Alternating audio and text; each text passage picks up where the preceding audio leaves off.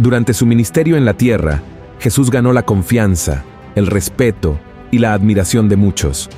Su sabiduría, sus enseñanzas, su comprensión de las Escrituras y sobre todo, la forma en que trataba a las personas hizo que multitudes lo siguieran. Pero todo eso también generó envidia, odio, rechazo y persecución hacia él. Y quizás la persona que más alimentó estos sentimientos negativos hacia el Hijo de Dios fue un hombre llamado Caifás, que era el sumo sacerdote del templo en ese momento. Es decir, era la figura religiosa más importante del pueblo de Dios y el responsable de entrar en el Santo de los Santos y ofrecer los sacrificios del pueblo judío al Señor. A pesar de todo, Caifás fue uno de los responsables directos, por no decir el más responsable, de la muerte de Jesús.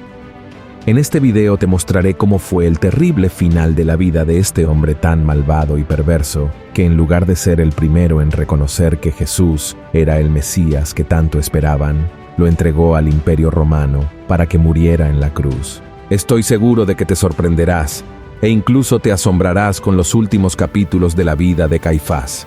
Pero antes de empezar, quiero pedirte que te suscribas a mi canal. Solo tienes que hacer clic en este botón e inscribirte. Está justo aquí debajo del video. Y al lado aparecerá una campana. Actívala también para recibir los próximos videos que publique. ¿De acuerdo? Ahora sí, vamos a empezar. Para hablar sobre el final de la vida del sumo sacerdote Caifás, primero necesitamos saber quién fue, cuál fue su papel en esa sociedad y sobre todo el contexto religioso y político que involucraba al Imperio Romano y al pueblo judío en los tiempos de Jesús. Es importante tener en cuenta que no toda la información en este video está registrada en la Biblia, sino que ha sido recopilada por teólogos especializados en los acontecimientos políticos y culturales del Imperio Romano en la época de Jesús, después de muchos años de estudios en documentos históricos encontrados en las ruinas romanas y la antigua Jerusalén. Cristo llegó al mundo en un período en el que Israel y Judá ya no estaban divididas como en los tiempos del Antiguo Testamento. La región formaba parte del Imperio Romano y se conocía como Judea. Esta ocupación romana impuso un sistema de gobierno centralizador que empeoró la vida de las personas con la imposición de altos impuestos y la creación de leyes que prácticamente esclavizaban al pueblo, al emperador. Fue en este escenario tenso que surgieron dos líderes religiosos influyentes, Násica y Faz, dos sumos sacerdotes del Templo de Jerusalén, que además de ocuparse de las cuestiones religiosas de los judíos, como los sacrificios y las celebraciones anuales, también gestionaban el comercio y las finanzas del lugar. Caifás se convirtió en sumo sacerdote y adquirió todo el poder que tenía porque, en el año 18 después de Cristo, se casó con la hija de Anás. El principal objetivo de esta unión era mantener el control del templo y la fe judía dentro de su círculo familiar. Anás tenía un fuerte deseo de poder y no quería ver a otro líder en Jerusalén que no fuera él, ni que estuviera fuera de su control. ¿Por qué Anás insistía tanto en mantener ese control? Porque era altamente corrupto y se aprovechaba de su cargo para apropiarse de las ofrendas dejadas por el pueblo en el templo, además de utilizar su influencia para engañar a la gente y obtener beneficios personales. En cuanto a Caifás, además de ser todo eso, era un oportunista con ansias de poder que no toleraba que otra persona tuviera más destacado y admiración que él. Además, era muy inteligente y tenía habilidades para tratar con las autoridades políticas romanas. Esto lo convirtió en un judío muy respetado por el imperio. Sin embargo, Caifás y Anás no estaban contentos con la forma en que los romanos gobernaban Judea, pero temían perder sus privilegios, por lo que actuaban según la voluntad del imperio. Hacían lo necesario para mantener el orden entre los judíos y evitar que se rebelaran contra el emperador, evitando así el inicio de una revolución. Este es precisamente el punto que nos lleva a entender las acciones de Caifás y Anás en relación con la prisión, el juicio y la crucifixión de Jesús.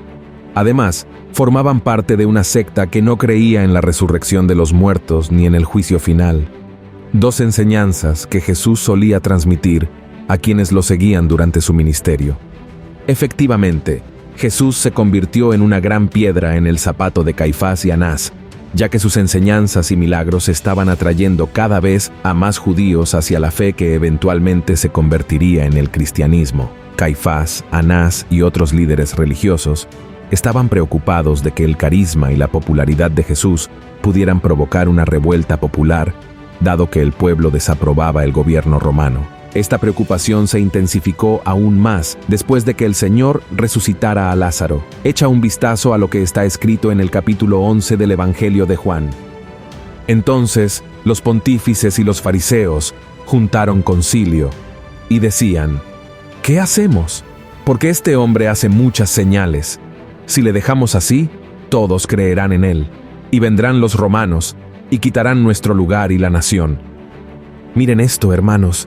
Este miedo llevó a Caifás y a otros líderes a crear un plan para arrestar y matar a Jesús, pero él sabía que ese arresto no podía ser público porque solo generaría más revuelta entre la gente. Entonces, pasaron meses intentando encontrar una forma de capturar a ese hombre que decía ser el Hijo de Dios, antes de que su influencia creciera lo suficiente como para convertirse en una amenaza real. Mientras Caifás ideaba cómo arrestar a Jesús, negociaba con las autoridades romanas para asegurarse de que ese hombre pagara por sus supuestos errores de una manera ejemplar y no volviera a convivir con los judíos, porque sólo así el imperio romano estaría libre de una revolución popular. Hasta que un día, Caifás y Anás vieron en la codicia de uno de los discípulos de Jesús la oportunidad que tanto esperaban para arrestarlo. Después de hablar con los líderes religiosos, Judas Iscariote aceptó entregar a su maestro a cambio de 30 monedas de plata, que equivaldrían hoy en día a alrededor de 15,000 reales. El plan ya estaba trazado. Judas llevaría a Caifás, Anás y a los soldados romanos para arrestar a Jesús por la noche, en un lugar lejos de la presencia de las personas que lo seguían. Así, no hubo tiempo para una revuelta, pero el trabajo de los sacerdotes aún no había terminado. Fueron al Sanedrín, que era el consejo judío de líderes religiosos, para justificar la condena de Jesús y manipular a esos hombres para que aceptaran la acusación hecha contra Cristo. Después, Caifás fue hasta Poncio Pilatos, que era el prefecto de Judea y representante del Imperio Romano en esa región, para acusar a Jesús y exigir una decisión que culminaría en la crucifixión. Y luego, cuando Pilatos interrogó a Jesús, él no se defendió, incluso dijo algo sorprendente sobre Caifás. Mira lo que está escrito en el capítulo 19 del Evangelio de Juan. Entonces dícele Pilato: ¿a mí no me hablas?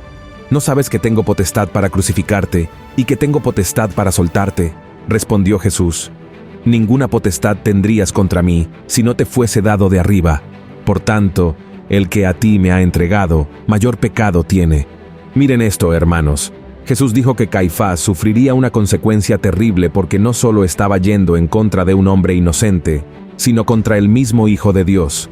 Como Pilatos no creía que Jesús representara algún tipo de riesgo para Roma, y mucho menos que hubiera hecho algo para merecer esa sentencia de muerte, Caifás, Anás y otros líderes religiosos del templo fueron al pueblo para animarlo a pedir la ejecución de ese hombre. Y así sucedió. Pilatos ofreció crucificar a Barrabás, un bandido peligroso de la época, a cambio de Jesús, pero la gente lo rechazó. Entonces, ese romano se lavó las manos y Cristo fue condenado y crucificado. Pero la conexión de Caifás con Jesús no termina aquí. Después de la resurrección del Señor al tercer día, Caifás se negó a aceptar que él era el Mesías y había vuelto a la vida. Incluso después de sentir la tierra temblar, ver el sol esconderse y presenciar cómo el velo del templo se rasgaba en dos, tal como las escrituras decían que sucedería. Toda esta negación no tenía que ver solo con el hecho de que Caifás no creía en la resurrección de los muertos, sino porque eso significaría un desafío a su autoridad, y sobre todo, porque sacudiría los cimientos de la fe de las personas, abriéndoles los ojos a la verdad que Cristo siempre predicó mientras estuvo en la tierra. Pero Caifás y Anás no se quedaron solo en la negación de la resurrección de Cristo. También persiguieron, arrestaron, torturaron e incluso mataron a aquellos que predicaban que el Mesías había venido, se entregó y volvió a la vida. Entre estas víctimas de los líderes religiosos judíos estaba un hombre llamado Esteban, uno de los primeros diáconos de la iglesia primitiva, quien fue apedreado hasta la muerte en público por declarar su fe en Jesús. Pero lo que Caifás no esperaba es que sus días de gloria y poder estaban a punto de terminar. Cerca de 3 años después de la muerte y resurrección de Jesús, el Imperio Romano descubrió que estaba utilizando su cargo para robar dinero del templo y beneficiarse de los impuestos recogidos de los judíos. Por lo tanto, habría sido destituido de su posición en Judea, juzgado y condenado por el Imperio Romano. Personas que estudian documentos históricos de esa época creen que Caifás habría recibido la pena de muerte porque sus acciones fueron consideradas alta traición al emperador. Sin embargo, antes de ser llevado a Roma para escuchar su sentencia, Caifás habría sido azotado por los soldados del imperio y durante el viaje hacia la capital, habría muerto a causa de las heridas sufridas. En cuanto a Anás, también llegó a su fin años más tarde, sufriendo mucho a manos de los romanos. En los años de 1990, arqueólogos israelíes encontraron un osario que pertenecía a Caifás y miembros de su familia, confirmando su existencia y su cargo como líder de la religión judía en el primer siglo después del nacimiento de Jesús. Hermanos, no podemos afirmar con certeza absoluta que este fue realmente el fin de las vidas de Anás y Caifás.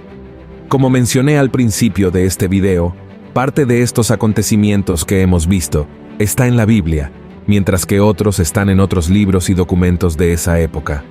Lo que es seguro es que Caifás fue un hombre cruel, utilizado por Satanás para condenar a Jesús.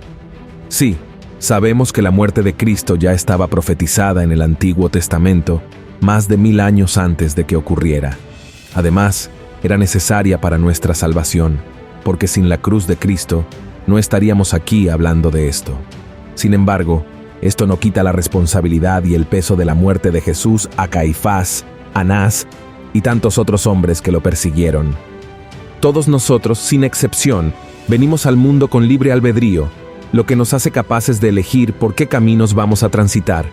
Si elegimos el camino bueno, cosecharemos frutos buenos, pero si decidimos tomar caminos malos, los frutos que nos llegarán serán frutos de muerte. Entonces, ante esto te pregunto, ¿qué tipo de fruto has estado produciendo últimamente? La palabra de Dios, en varios pasajes, compara al cristiano con un árbol frutal que necesita producir buenos frutos. Tanto es así que en Mateo, capítulo 7, versículo 19, Jesús dijo que todo árbol que no da buenos frutos es cortado y arrojado al fuego. Y algo más importante que debe ser dicho es que la religión no te salvará. Recuerda que Anás y Caifás eran subsacerdotes, es decir, líderes de la fe del pueblo de Dios. Ocupaban el cargo que en su momento había sido de Aarón, hermano de Moisés, y sus hijos, pero nada de eso fue capaz de salvarlos porque nunca tuvieron un verdadero encuentro con Jesús.